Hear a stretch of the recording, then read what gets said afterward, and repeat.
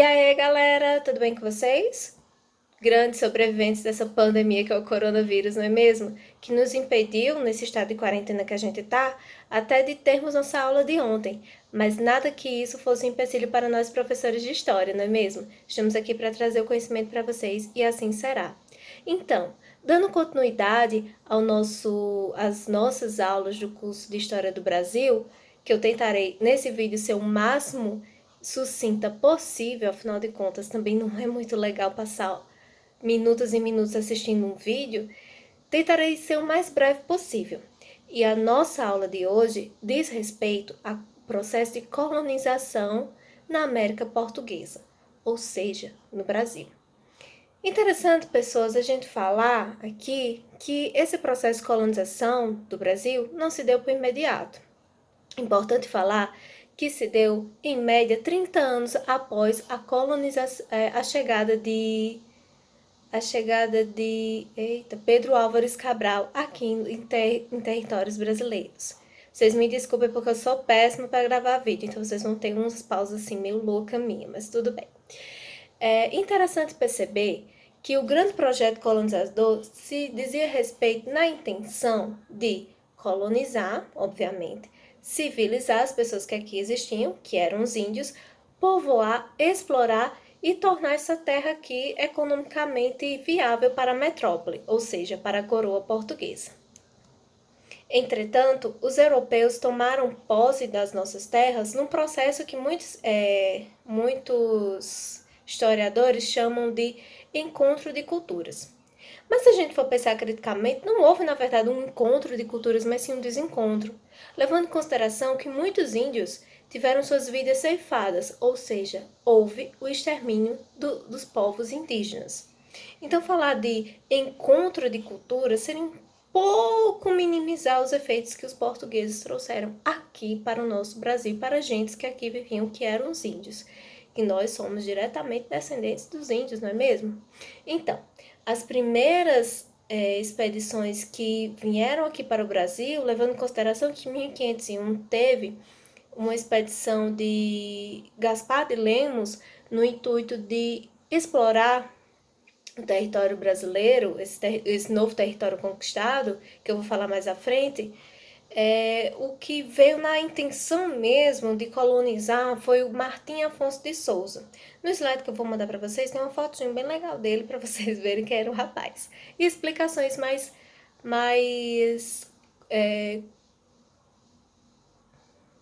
como é que eu posso dizer, mais firmes sobre quem era ele. Então, como eu falei para vocês, é importante a gente lembrar que em 1501 houve uma expedição de Gaspar de Lemos aqui no Brasil, na intenção de ver suas riquezas. E foi daí então que se encontrou o pau-brasil, que foi considerado um ouro, o ouro brasileiro, né? É para tanto que ele foi o grande material de exportação para a metrópole e que para a metrópole também colonizavam com outros países europeus, correto? É interessante que, nesse momento, Portugal ele estabelece com o Brasil uma relação de estanco, que vocês vão ver na OPS que tem no slide 3, ou E3 ou E4. E o que o estanco diz? Que o pau-brasil ele vai ser um produto unicamente de exploração portuguesa. Então, só os portugueses vão ter direito a explorar esse material, digamos assim. E o escambo? O que é o escambo? Os indígenas realizavam o corte e o transporte da madeira do pau-brasil em troca de alguns objetos vistosos que os portugueses traziam no intuito de meio que ludibriar a galerinha indígena, que eram os espelhos, miçangas, esses objetos que os índios não tinham que eles, nossa, que lindo, pobre dos índios. E é interessante que esse processo de colonização de 1530 que se iniciou, né, deu-se através das Seis Marias. E as Seis Marias, eles eram uns lotes de terra que faziam parte das capitanias hereditárias, que eu vou trazer para vocês também no slide, aqui na explicação. E esse processo começou nas Seis Marias havia o cultivo e a plantação da cana-de-açúcar. Foi daí então que começou-se essa preocupação com a agricultura brasileira. Então, o Brasil, ele se iniciou como um país eminentemente agricultor, que se destinava à agricultura. E a agricultura da cana-de-açúcar, trazida pelos portugueses. Lembrando que aqui não tinha cana-de-açúcar, viu? A cana-de-açúcar foi trazida pelos portugueses. Os portugueses viram que nossas terras eram ótimas para o cultivo de cana-de-açúcar e assim se sucedeu. E assim aconteceu esse processo de plantação da cana-de-açúcar, derivando que mais tarde seriam os grandes engenhos de cana-de-açúcar, que, por sinal, inicialmente houve a utilização da mão de obra indígena, para depois, como veremos nas próximas aulas, nos próximos capítulos da nossa série, que é o nosso curso de História do Brasil, da mão de obra negra, com o tráfico negreiro. É importante entender que a distribuição de Seis Marias incluía deveres e obrigações dos seis marinheiros, né, que era o nome das pessoas que ali cultivavam. E assim, eles não permaneciam com elas durante todo o tempo, tinha um valor, de certa forma, estipulado. Então, as capitanias hereditárias. No slide que eu mandei para vocês vão ver uma imagem, duas imagens bem interessantes, como era a divisão das capitanias hereditárias. E é importante ressaltar que o nome dos donos das capitanias hereditárias chamavam donatários. E quem eram esses donatários? Grandes nobres da baixa nobreza portuguesa que vinham para o Brasil com a intenção de colonizar essas terras, de povoar essas terras, mas que, de certa forma, essas terras não pertenciam a eles, pertenciam sim à coroa portuguesa. Então, eles não podiam vender essas terras, eles não tinham domínio dessas terras, eles poderiam, digamos, coordená-las, mas não dominá-las, ou até mesmo vender. Mas poderiam sim passar para os seus filhos, caso eles quisessem. Então, pessoas, um ponto 4 que eu vou trazer para vocês no slide que eu estou mandando diz respeito à religião e relações de fé, ciência e educação na colônia. Eu estou aqui com os slides para ter uma ideia do que eu planejei para vocês, que a memória aqui não é muito boa não, tá certo? Então, é importante, gente, que a divisão colonial nesse momento, a divisão social colonial nesse momento era de pessoas livres, padres, militares, artesãos, em sua maioria todos brancos, tinham os índios e os escravos. Ou melhor, os escravos, porque os índios também eram um tipo de mão de obra, digamos, escrava, se assim podemos dizer.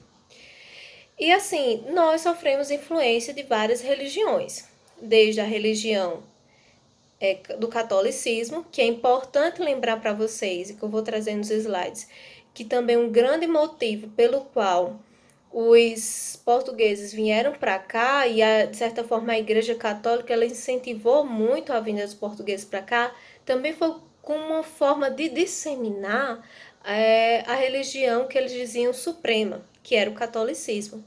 Então, pensar só apenas que os portugueses vieram aqui só para explorar ou numa questão mais aventureira, de nossa, vamos explorar novos locais, novos cantos, novos mitos, não, é limitado.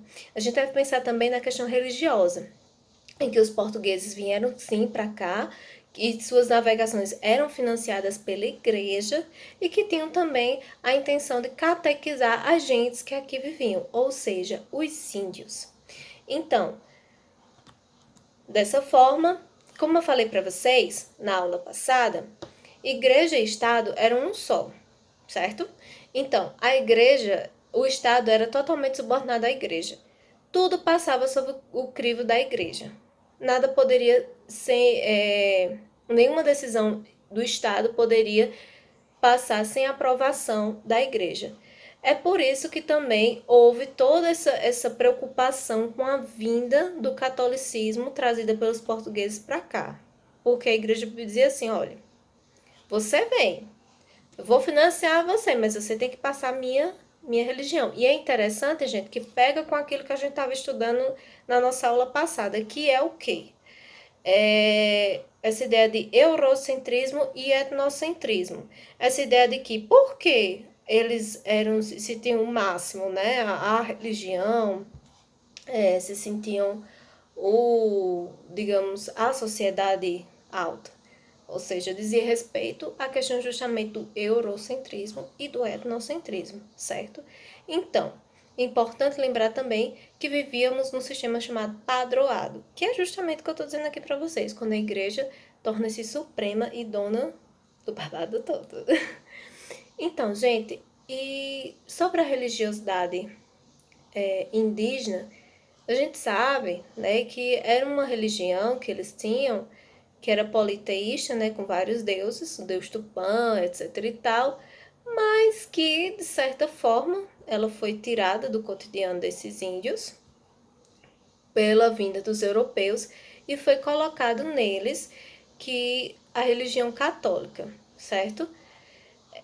Os padres que mais se destacavam com essa vinda do catolicismo para cá foi justamente os padres jesuítas. Aí podemos lembrar do padre Manuel da Nóbrega, José d'Anchieta, Antônio Vieira. E a nossa religiosidade, a nossa herança da religiosidade negra, que, como a gente pode ver, tem a questão do candomblé, a questão da Umbanda, em que é interessante perceber, pessoas, que essa religião ela teve muito de resistência. O que é que eles faziam, os negros? Que eu vou trazer para vocês nas próximas aulas, não vou adiantar o assunto da próxima aula. Eles faziam o seguinte, eles faziam uma assimilação dos deuses do candomblé e do... Não pode fazer isso, né?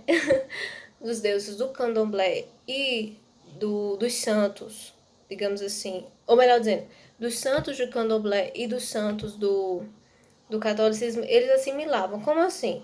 Se eu não me engano, Oxum é São Jorge.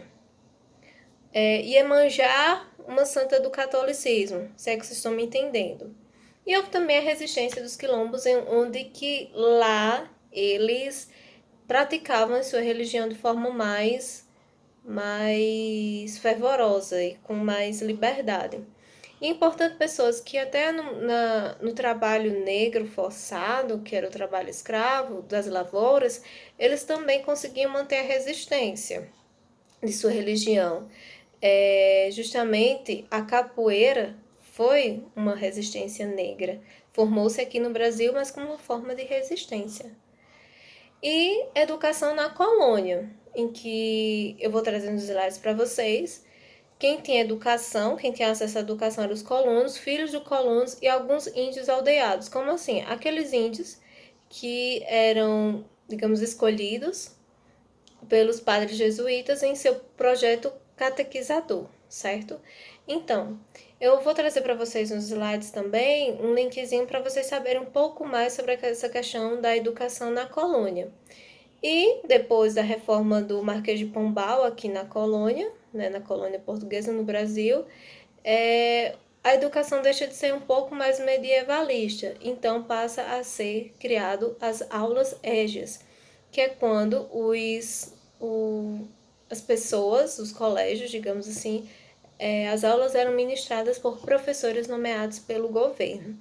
Então, pessoas, muito rapidamente, que eu pensei ser muito rapidamente, mas acabou que quase 14 minutos de vídeo, eu explico um pouquinho para vocês sobre o nosso assunto do dia, que seria de ontem, e espero que vocês tenham gostado. Qualquer dúvida pode perguntar no privado ou no grupo mesmo, e espero muito que vocês estudem e que essa pandemia passe logo pra gente ter nossa aulinha bem normal, porque resumido aqui, viu,